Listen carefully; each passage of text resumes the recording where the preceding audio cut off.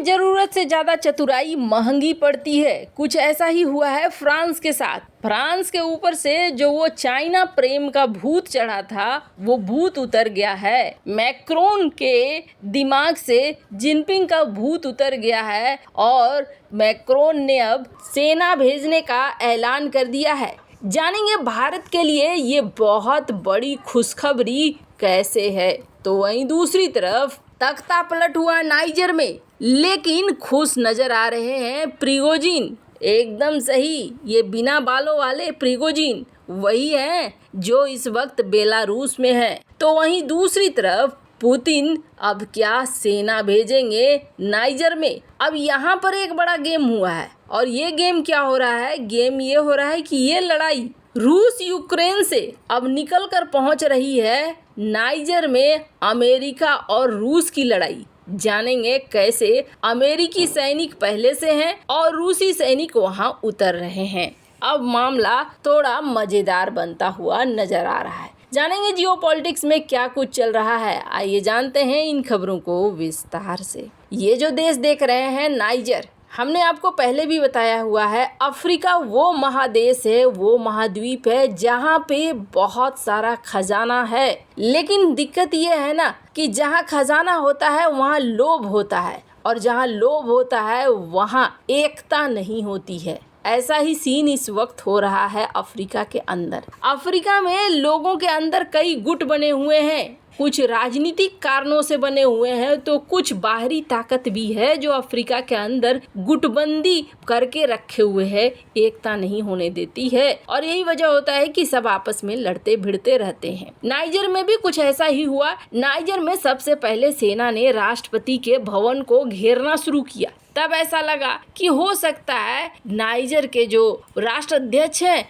उनकी सुरक्षा के लिए ऐसा किया जा रहा हो, पर हुआ इसका उलट। बाद में पता चला कि नारे बाबा, यहाँ तो तख्ता पलट हो गया है और तख्ता पलट होने के साथ साथ विद्रोही सैनिकों का एक नया कमांडर सामने आया है जिसका नाम है जनरल अब्दुल रहमान चियानी। इनको नेता घोषित कर दिया गया है और जो पहले से राष्ट्रपति थे उनको पकड़कर जेल में ठूंस दिया गया है। अब समस्या और आगे बढ़ गई। लोगों को मनाना है, जनता को दिखलाना है कि देखो भैया हम अकेले नहीं हैं। ऐसा नहीं है कि सेना की एक धड़ा ने तुम्हारे सरकार के खिलाफ तख्ता पलट किया है। इन्होंने एक तस्वीर पोस्ट की और ये तस्वीर बेहद खास है। इसलिए खास है क्योंकि इस तस्वीर में जो लोग दिख रहे हैं ना, उनमें एक बड़ी खासियत है। क्या खासियत है? ये आगे वाला नीला वाला नहीं, पीछे वाले पर ध्यान दीजिए। पीछे वाले जो ये अलग अलग ड्रेस में दिख रहे हैं ना, दरअसल ये अलग अलग कमांड और अलग अलग बटालियन के हैं। कहने का अर्थ ये है कि नाइजर के नए जो तख्ता पलट वाले राष्ट्रपति हैं उन्होंने ये बताया है कि हमारे साथ हर सेना का बटालियन तैनात है और पूरी की पूरी सेना ने इस तख्ता पलट को किया है। अब यहाँ पर टेंशन में आ गया अमेरिका। अमेरिका टेंशन में इसलिए आ गया क्योंकि अमेरिका की सेना पहले से वहाँ पे है। करीब 1100 सैनिक अमेरिकन नाइजर में मौजूद है और अब उन्हें टेंशन हो रहा है कि सरकार तो बदल गई है, कहीं हमें भी ऊपर भेजने की तैयारी न हो जाए। यहाँ पर तो बड़ा लफड़ा है। तुरंत से अमेरिका ने ऑफर दे दिया नाइजर के पूर्व राष्ट्रपति को, बोलो तो हम आ जाते हैं, हम तुम्हारी सरकार को बचाएंगे, हम वहां पर एक्शन लेने को तैयार हैं। इस तरीके का अमेरिका के द्वारा जैसे कहा जाता है उसके तुरंत बाद वैगनर बॉस येवगेनी प्रिगोजिन ये सबसे पहले कहते हैं कि बहुत अच्छा हुआ जो नाइजर में तख्ता पलट हो गया। नाइजर के नए तानाशाह की तारीफ की और कहा कि देखो तुमको टेंशन लेने की जरूरत नहीं है, अगर तुम्हें लगता है कि हमारे सर्विस चाहिए तो बोलो, हम वैगनर लड़ाकों की सर्विस लेकर पहुंच जाएंगे। वैगनर से जुड़े हुए टेलीग्राम चैनलों ने प्रिगोजिन के एक वॉइस मैसेज को शेयर किया है जिसमें प्रिगोजिन को नाइजर में तख्ता पलट की तारीफ करते हुए सुना जा सकता है। इस वॉइस मैसेज में प्रिगोजिन ने ये दावा किया है कि नाइजर को अगर कोई मदद चाहिए तो हम मदद करने के लिए एकदम से तैयार हैं। अब समस्या क्या है, नाइजर में अगर वैगनर आर्मी घुस रही है माने कि पुतिन का समर्थन होगा। अगर वैगनर आर्मी यहाँ पहुँचती है तो। फिलहाल वैगनर आर्मी ने कहा है कि भैया हमने कोई तख्ता पलट वलट नहीं करवाया है, हाँ तुम्हें हमारी मदद चाहिए तो हम मदद करने को तैयार हैं। पर यहाँ पर टेंशन इस बात की हो रही है कि एक तरफ अमेरिका और दूसरी तरफ रूसी सेना दोनों नाइजर में भिड़ने की तैयारी कर रहे हैं। खैर, जहाँ एक तरफ एक और नए जंग का मैदान तैयार हो रहा है तो वहीं दूसरी तरफ फ्रांसीसी राष्ट्रपति मैक्रोन, इनको क्या हो गया।